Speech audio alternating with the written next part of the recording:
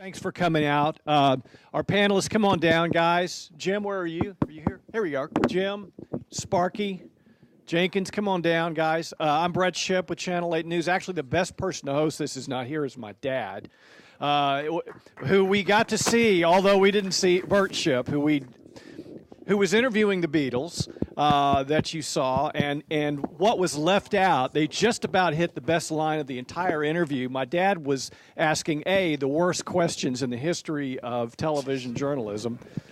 Will those roll your own? What kind of girls do you like? And then he asked Ringo what kind of girls he's like. Ringo answered. And then he asks George, what kind of girls you like? And he goes, John's wife. Best line. Boom. Thanks, everybody, for coming. And Jeremy, I don't know who put that together, but that's spectacular. I got goosebumps watching that. And just a sense of history from seeing all that and the treasure that exists in the William Jones collection, thanks to WFAA, is just the possibilities are amazing. And what we saw just then, the compilation, it looked so fluid, but yet here are three guys who know what hell it was to gather that footage, process that footage, and put it on the air and turn it around. And I'll say one thing real quick. When my dad did the interview with the Beatles, he sneaked into their dressing room before their concert in Memorial Coliseum and interviewed them and got out. And I said, well, how was the concert, Pop? And he said, I couldn't stay for the concert. I had to get back and process the film. I said, you didn't see the Beatles play? He's like, no, man, I had work to do. And I was just like, does that sound right? I mean, anyway, let me introduce my panelists. Just go down the line here. Jim Green worked at Channel 8 during the 70s. You were an anchor and reporter in Lubbock and in Austin, and now you're in real estate, so you've been through a few wars. John Jenkins started off at Channel 4 in 1970, is that right? In 70, and then you came to Channel 8. You were there forever, and you and my dad were best buds, and you moved on to Channel 5 and became assistant news director and a ops manager, and have a lot of skins on the wall in the business. John Sparks, my gosh, Sparky hired me. Sparky brought me to Dallas in 1991. He left Channel 8. You started in 67, is that right? Yeah. At Channel 8 or? No, at 68 I was there. Okay. In 68. So anyway, at Channel 8, went off to Channel 11 and went to Channel 4, hired me, which was your greatest claim to fame. Rescued me from Tulsa. Oh, wait, I shouldn't say that because my general manager from Tulsa is sitting right there. Lee Salzberger, who, by the way, I think he's the only guy in this auditorium who right now, correct me if I'm wrong, who we saw in that film. No? Okay. Oh, I'm sorry. Yep. All right, there's probably two or three in here. Anyway, Lee, good to see you. Glad to have you here. Anyway, gentlemen, when we see the film, give me an idea of the treachery and the trauma and the travails of getting that stuff captured and getting it in the soup and getting it on the air. Sparky? Well, first of all, there are a lot of people out here that were part of it also. I see Ross McDonald and Lee Salzberg. If Where's Rosser? Anybody out here that worked at the station, Bob Crook was a producer. Okay, Bob. Let's have everybody that had an affiliation with the station stand up and be recognized here. Sam Rosenwasser, yeah. Gene Lenore back there. Yeah. Jerry Cadigan, Bud Bouchard. It takes a lot of folks. A lot of the stuff that you saw was shot by John Jenkins. I mean, he was a photographer. He made the pictures that you saw. And Jim Green there reported a lot of the stuff. And so there are a lot of people that put it all together. And it's not, Jeremy did a great job putting this stuff together, but there was a lot of stuff that didn't make the short clip. And a lot of people, like Murphy Martin, which many of you may remember. I mean, Murphy and the contribution he made to the station was just incredible. So it didn't mean to be representation. There were a lot of people that that worked hard and gave a lot of blood, sweat, and tears to it. And a lot of stories that didn't make it there, but there were some pretty interesting ones. So, go, Hans, talk.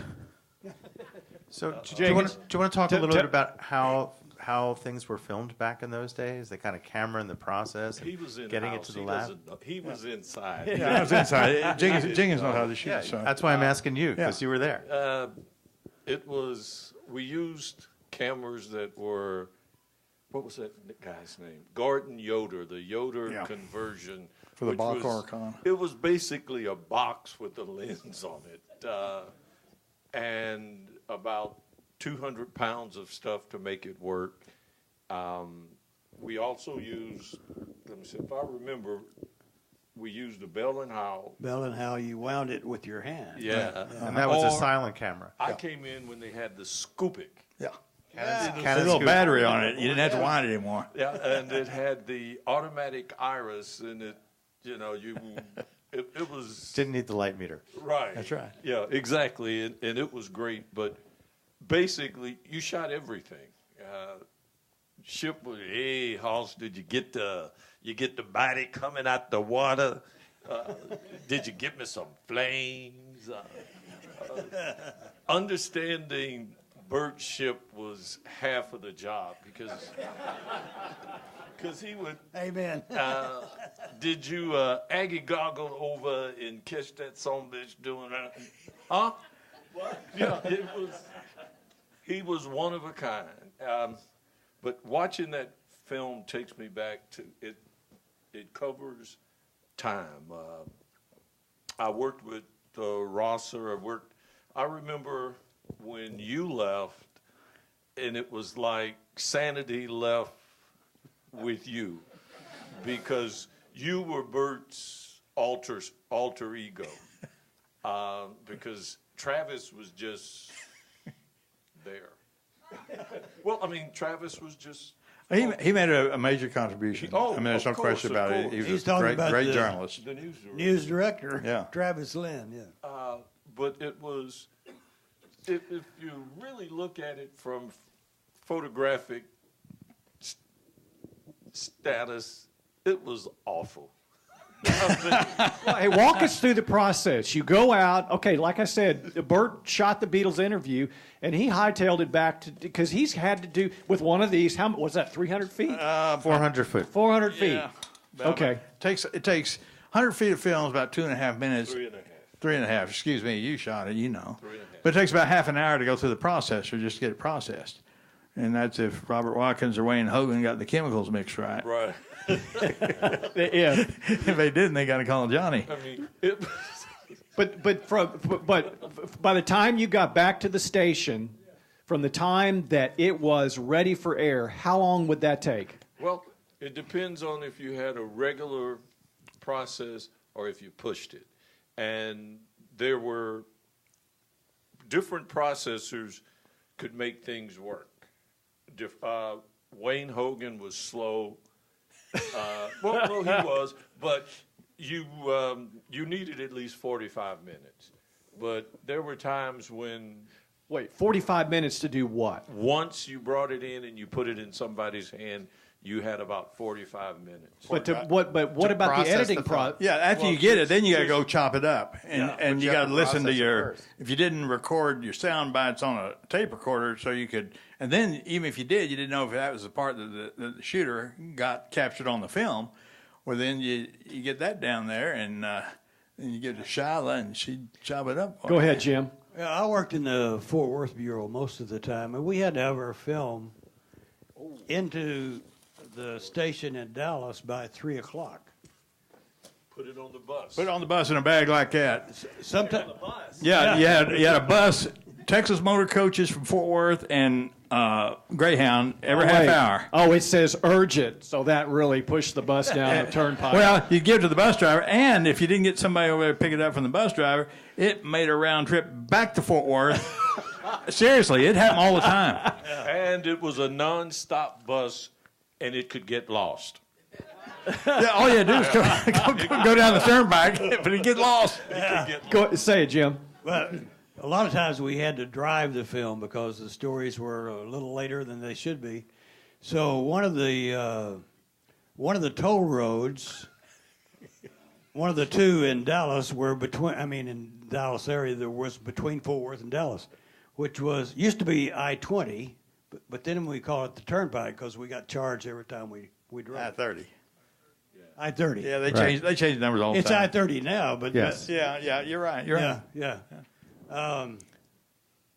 But we had to have all the film in by 3 o'clock so we could get it out to edit it. Wow. So. And part of this is sometimes they would send me or somebody else to the halfway spot to take up their film. To do the relay. Yeah, and it looked like a drug deal. You pull up, and then There was a service station halfway in Right. Yeah, the Conoco. Yeah. The Conoco. Would you guys have to run the toll booth sometimes? How you do what you had to. I won't tell anybody. I won't do a story.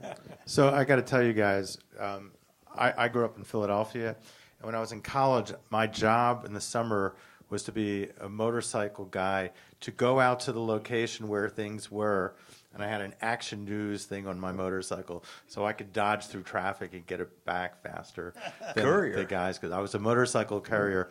Hey, we should have thought of that. Yeah. That got me lots of dates.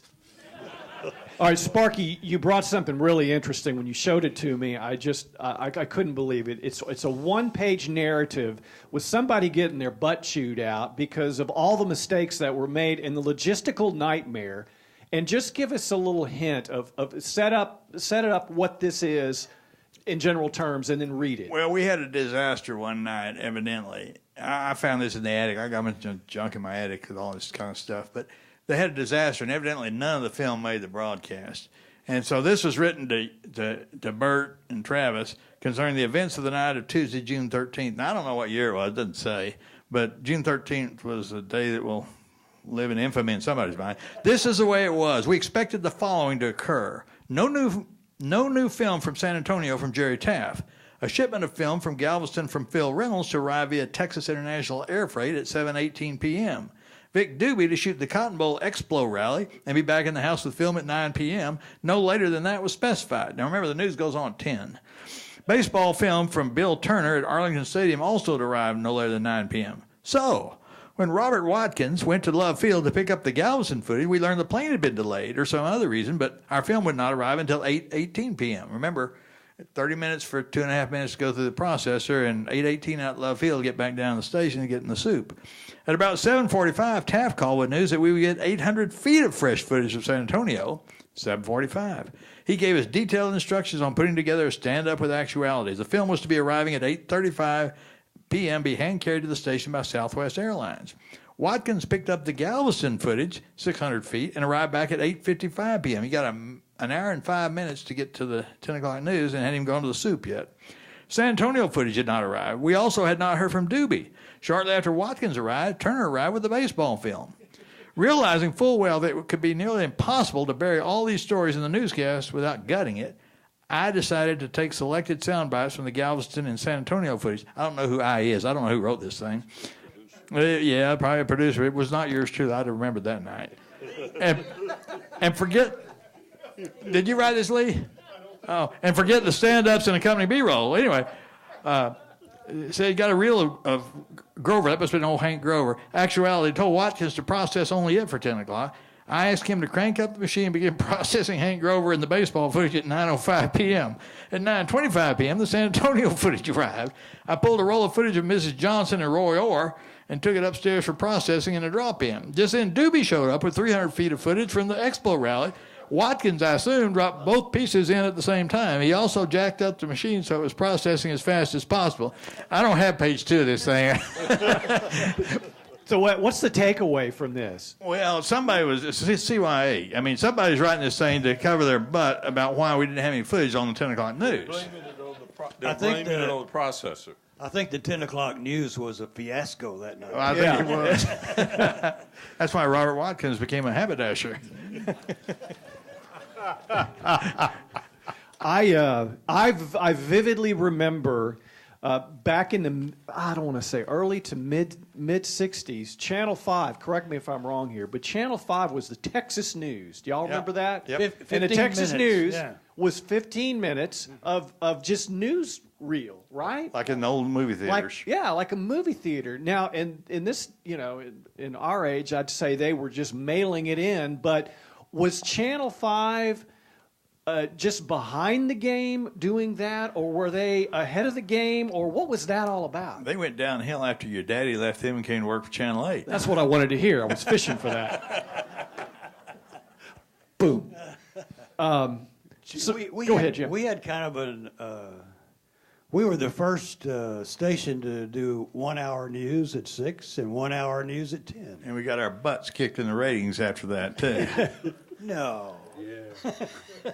Yeah, we did. But we had some fancy lawyers that figured out if you could cut the 10 o'clock news in half and replay the half-hour tape before midnight, it'd still count. Count for the FCC license commitment. Okay. And the 6 o'clock news became the birth of the 5 o'clock news for 30 minutes. Then you go to network, then half hour at 6, and then we created this new thing called Bowling for Dollars. Yeah. And it made Vern Lundquist's career. Vern was on national TV today talking about that. I bet he was. As we just saw just a minute ago, I mean, TV news was in its infancy and everything was raw. But what surprised me by watching that is there was still an element of gotcha journalism going on that I didn't really understand was part of the scene back then. With Don Harris at the metal detector at the airport. I mean, when I guess I don't have a great idea of when investigative journalism or that style of journalism really kind of took root. I remember that day before Harris made it back to the station. Calls were coming from Washington, D.C. We're talking between Loveville and the station. That we were getting, you can't run that. You can't run that at all. One of the people was Pete Hott. Remember Pete Hott? He was a writer on the He news. was a writer. And they taped guns under his arms. They also poured lead into the barrels of both weapons so that they couldn't accuse him of actually trying to do it. Don covered his butt on that deal so that they couldn't say arrest him or Elfenbein. Pete Hott and Judy Elfenbein went through there, but they had twice, and Delta wanted to. Shapiro wasn't real happy because Delta was ready to pull their commercials, and that was. But I got to say one thing for all the stuff like that, Brett. The management there was primo because. Mike Shapiro would come back in the newsroom sometimes. He'd be boiling mad and hot. But, you'd talk to him, and he could reason, and he recognized. And Ward Huey the same way. We did a thing about, hamburger meat and rats in the warehouses for Safeway out in Garland. And Ward said, they'll come back. They need us more than we need them. And they backed us. They backed us on the SMU story. They backed us on, Shapiro didn't like it, but the Don Harris, the Delta thing, he didn't like it, but he recognized that kind of stuff needed to go, and we had excellent management. Let me just ask. I think that there is a palpable transition, a contrast between the news that my father was when Bert was the news director and when Marty Haig came in. Jim, I don't know what years were you there at Channel 8? 70 through 73. Okay, and when did Marty come in? 74. 74? He came in 73. I ran across a memo somewhere. So what? Tell me, because we're still filmed back then, right? Yeah. So here comes Marty Haig. Everybody knows who Marty Haig is, recognized as probably the greatest news director in local television history. I'm just going to say that. But he made such a difference and took television news into a different era. Describe that to me. What did Marty Haig bring that was not there? Well, he was different. He saw the future. When Marty came in, it was Santos Rodriguez, downtown. God. The execution of deputies? Yeah. It was the death of Santos Rodriguez and how we covered it. Yeah. And he came in shortly after that.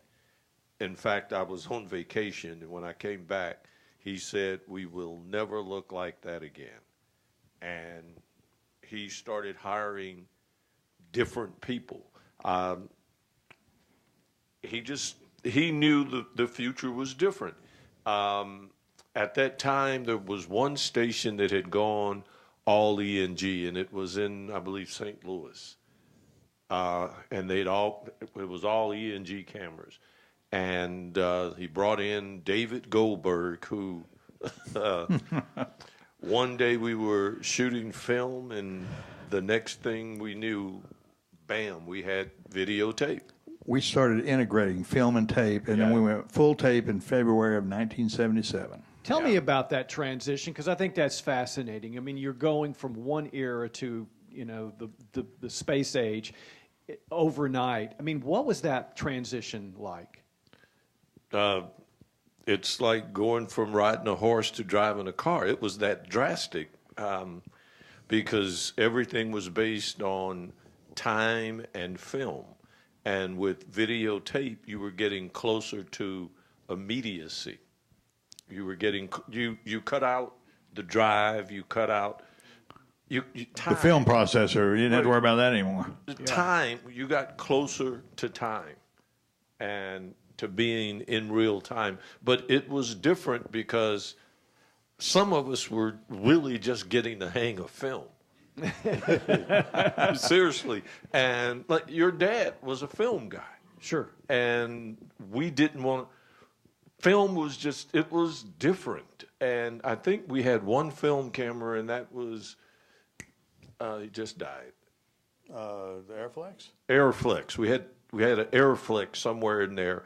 We had two of them because you never knew when you want to make sure that you got if something screwed up, you had to film for a right. while. But it had about a 5-second roll on it, and you couldn't use it for spot news. And the two guys who used the Aries came in, and they had been traded in for videotape equipment, and then you had to learn how to shoot and edit. Editing videotape was totally different because you could put your hands on film. And there was something, I mean, you had video, on each edit bay, there was about this much. You could just take film and just count it real quick and say, here's a minute right there. And you had it. Tape was different. Yeah. So could you talk about how the transfer from film to video changed how the stories came, other than being more immediate and being different? Was there a way in which they were photographed different, they looked different, or you covered the scene differently, so what it looked like for the viewer that was very different? You had to learn how to light. You had to learn how to use, because with film, you just turn on one of those color trends and what are you laughing at? What's funny? He left his 85B out. You had the Sekonic light meter.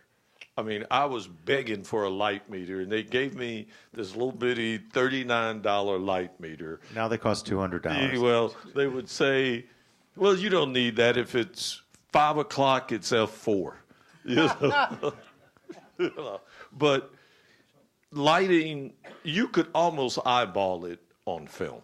Sometimes. I shot Hubert Humphrey campaigning in Austin in 1968, and I was shooting Plus X inside with municipal auditorium with no lights, and I had just had to guess. I had opened it up all the way, and I had a sign behind us like this that said, "Welcome, Mr. Vice President," and when you open it up real wide, your depth of focus becomes real narrow. And so you could read that sign crystal clear, but old Hubert Humphrey was just as soft as could be out of focus. But you didn't have a reflex lens to see that you're in focus. The camera didn't have it. You just had to fake it. Jim, thoughts? Transfer from film to videotape? When I left WFAA, we were still in film. So I was out of that process. So, The equipment. but I do have some stories about your dad. Oh, get in line. I do too. Everybody in this room has stories on my dad.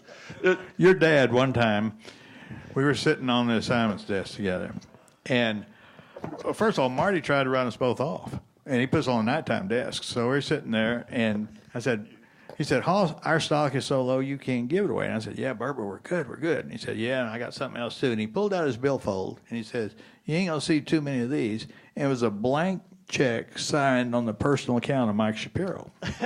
That's a true story. That's a true story. Why am I not shocked? Well, Go ahead, Jim. I had lunch with Jerry Taft just before I came here. He's in Lubbock, so he couldn't come because of some family illness. But we both agreed that you had to watch out for Bert, especially if he said, I heard that.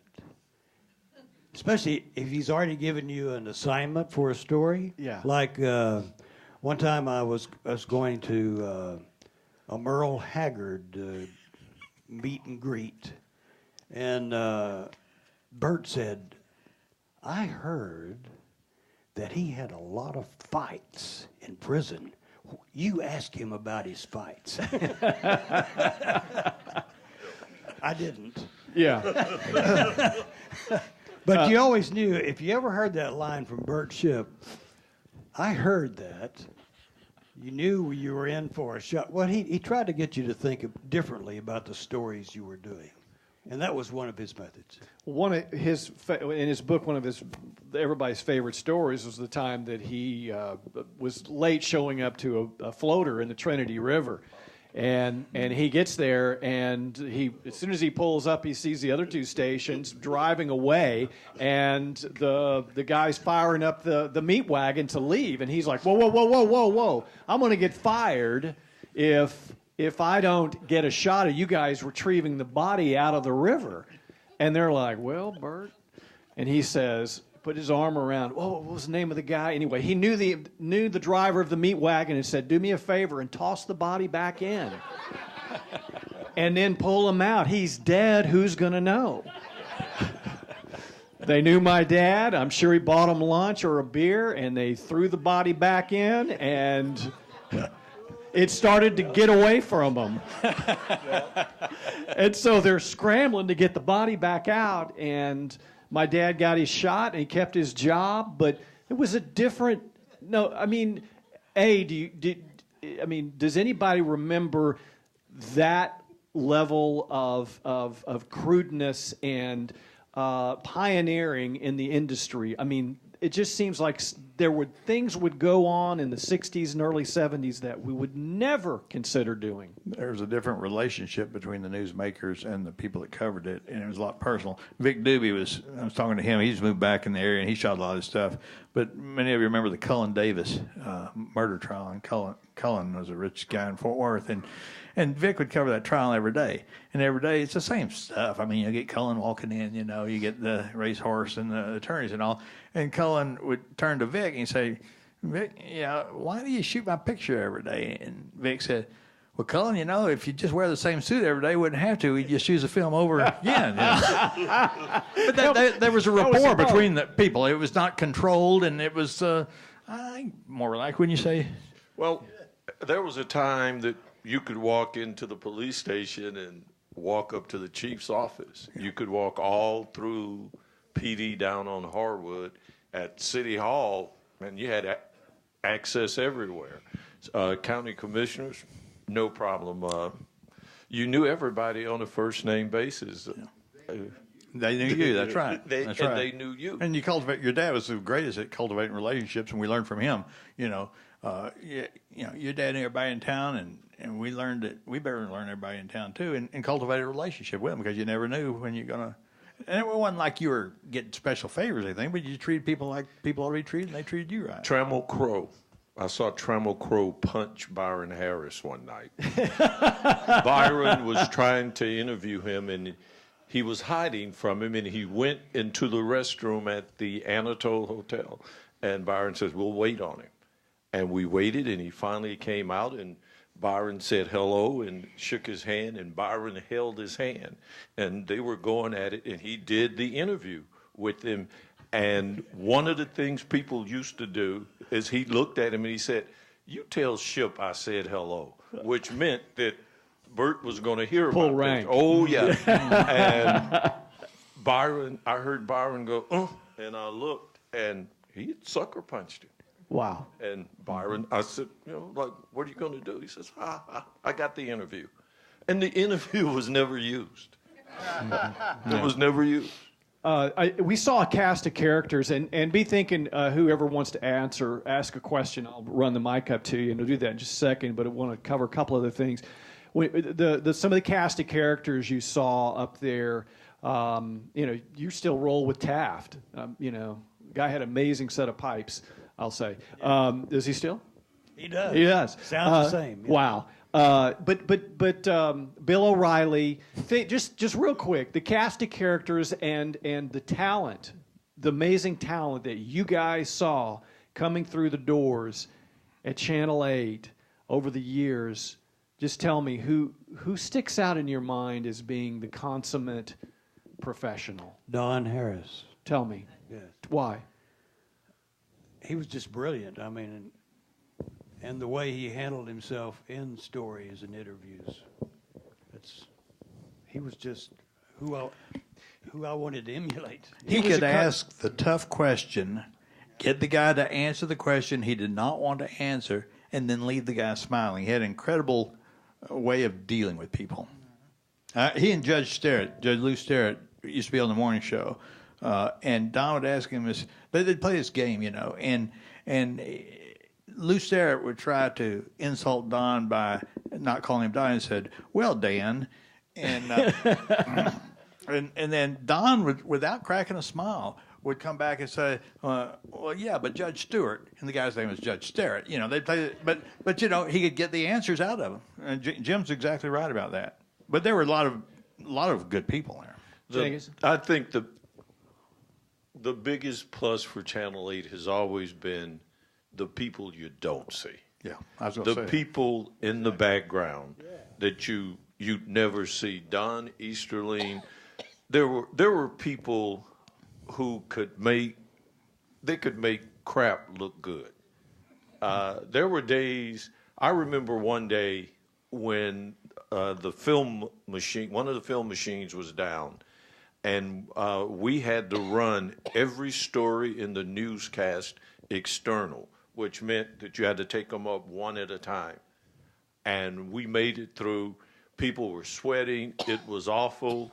And I remember Captain Bob Ellis saying, "Nobody at home knows what we did, nor do they give a damn."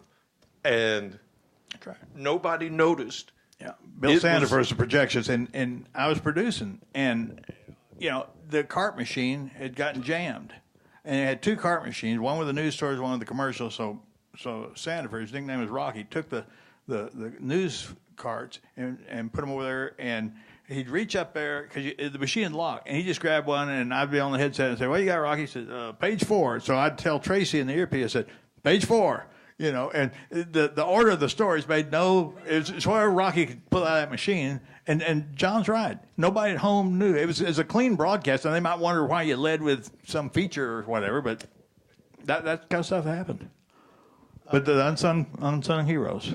One of them is sitting right up there, Jerry Cadigan, who has been such a huge part of Channel 8 for how many years, Jerry? 43? 43 years. Wow, that's amazing.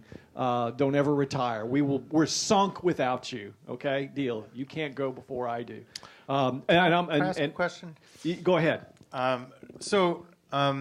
Maybe this is before your time, but how did the Kennedy assassination affect local TV news here in Dallas? Man, I was in the 6th grade, man.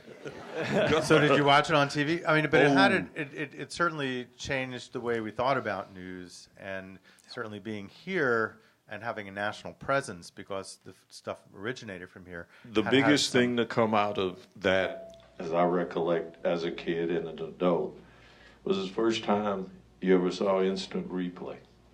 Yeah, sure. Over and over and over. And actually, the people in sports saw that and said, aha. Yes.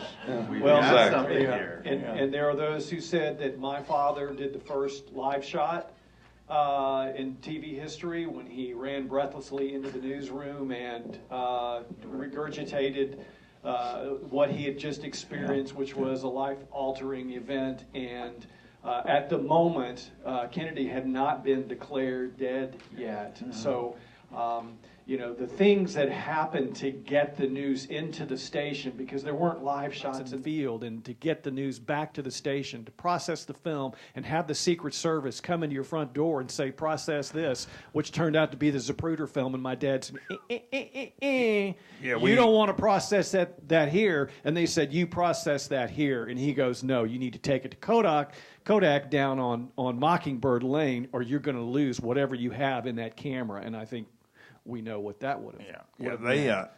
They had a live pickup of the president's arrival at Love Field was a Channel 8 cruiser. Channel 11 had a live cruiser, did the breakfast that morning. I was at the breakfast and saw Kennedy. I was just a junior in high school, but and then Channel 4 did the live. Their remote truck was at the Trademark for the lunch that never happened. Right. And then after what happened. They took the Channel 8 bus from Love Field, moved it over to Parkland Hospital, and you had Ed Hogan over there, interviewing people outside of Parkland. Ed Hogan, $1 for dollars. Five for the bottom. Channel 5 had a bus that broke down. Yeah. And they still went live because they had a tow truck that just hauled it around. But one of the things about Channel 5 back in those days, they had pioneered local color in 1954, and so when they started feeding the network, all the networks were being fed out of Dallas. We Channel 8 we fed ABC, they fed NBC, and 4 fed CBS, and 5 was feeding Charlie Murphy to New York in color, and the network called back down to Channel 5 and said, "Would you got any black and whites around there? The only color we have is kind of messing us up. We're going from black and white to color." And that's a true story. They wanted to go back and have Charlie in black and white. Wow. Real quick, and then we'll go to some questions. But I want each of you just to briefly talk about the difference, what you think of television news today compared to what you think your heyday was, what you think the zenith of local television is or was, and compare it today. And it may be that you think this is the zenith, but start with you, Jim. Well, golly, I think everything is condensed more. Everything's being mashed down because we haven't had an hour to deal with when I was there, so we could go longer on stories. Matter of fact, it was preferred because we had so much time to fill. Today, you only get part of the story with a story on the network. And even at WFAA now, there are a lot of 30-second stories or less. Yeah. But it does bring you a sense of what is going on for the day, but you don't get the full story. Yeah, Jacob? Well, the thing that's killing television news is this thing right here, because we're not doing news anymore. We're doing content, and everybody says, and if you want to know more, go to our web and something. It used to be you took pride in telling a story. You just don't have that. You don't have that time now. I'm amazed at the time you get. I don't know who you're paying, but I evoke Bert's name, and they shudder and give me 5 minutes. 2 minutes. 2 minutes is a very long time. I think in the heyday, you got to tell a story. There was always a beginning, a middle, and an end. Nowadays, some days I'm not sure what it is. I saw a story one day and went, huh? And that was last week. You just don't. And I think when I came in, most of the people in television either came from newspaper backgrounds or radio backgrounds. And you had to be quick, fast, thorough, and if you made too many mistakes, you were changing addresses pretty fast. Now it's I want to be on TV. Journalism is almost a byproduct. Wow. I'm sorry, but it is. It's different. Sparky? Present company excluded. My mother used to tell me if you couldn't say anything nice about somebody, don't say anything at all.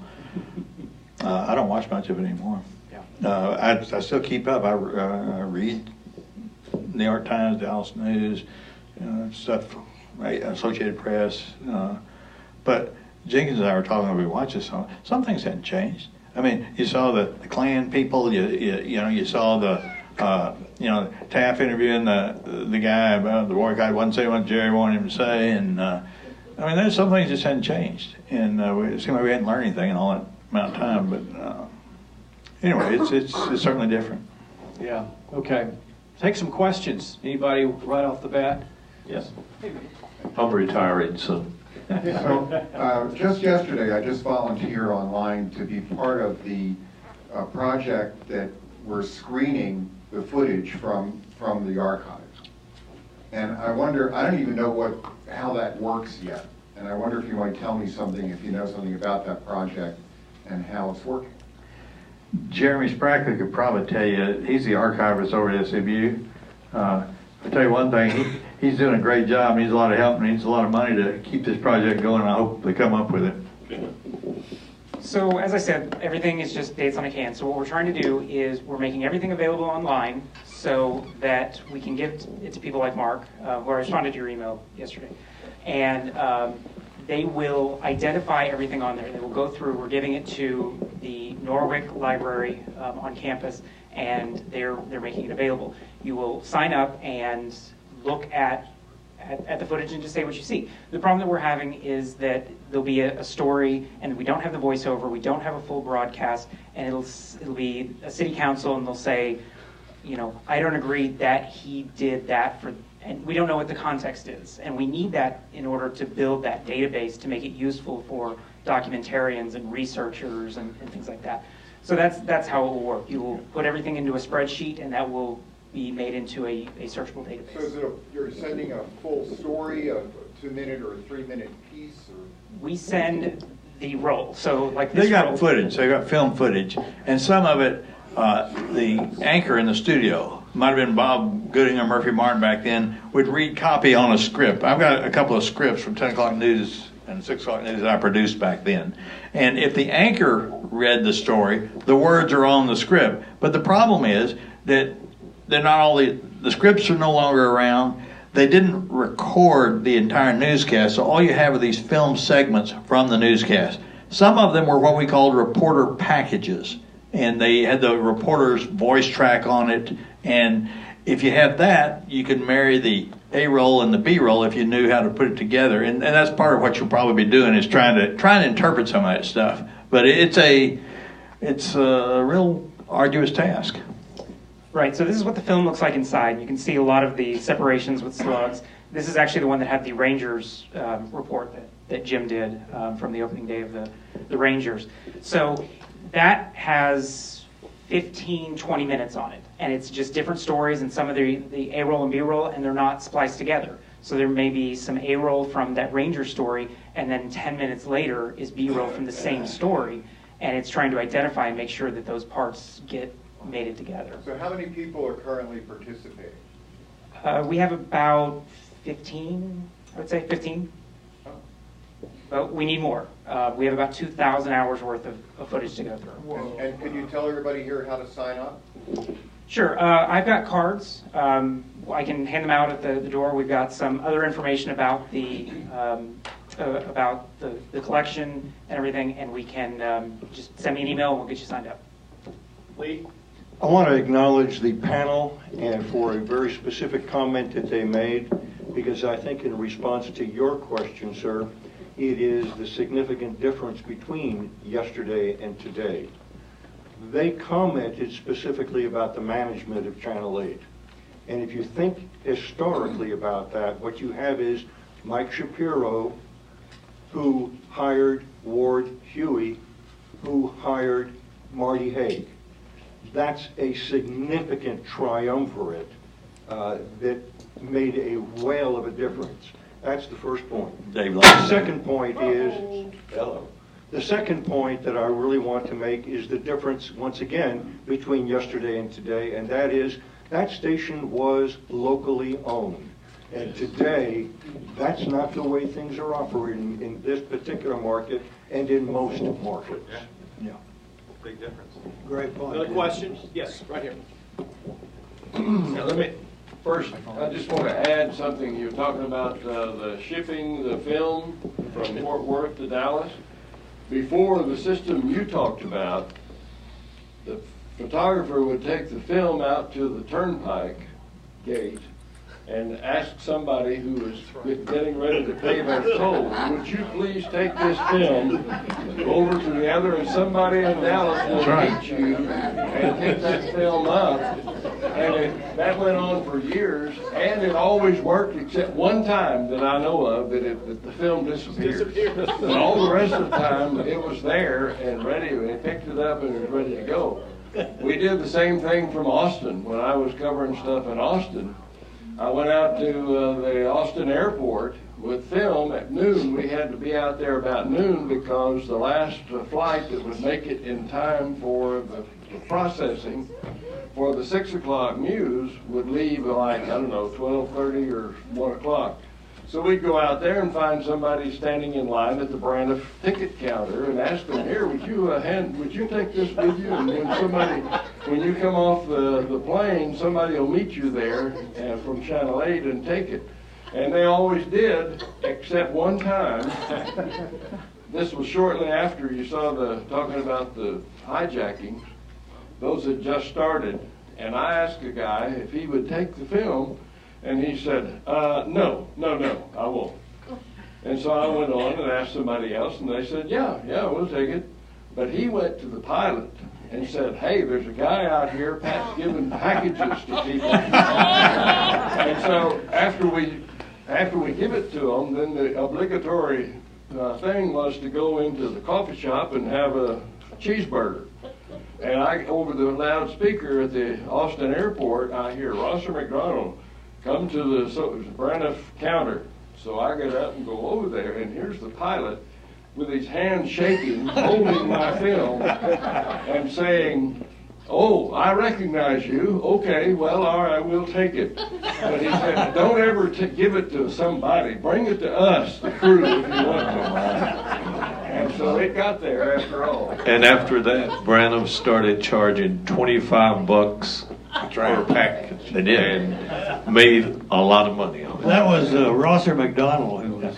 He covered spent a lot of time in the legislature. He covered the state legislature. Also, didn't you cover Lyndon Johnson's funeral down at the Pernalis? Yeah. Rosser saw a lot of history. When Lyndon Johnson died, the day that he died, John Sparks was the only one to hear that bell ringing in the wire room, and Brett Shipp had a phone number at the house, and Bert called the house, and the FBI agent assigned to Lyndon Johnson answered the phone, and Bert said, is he gone?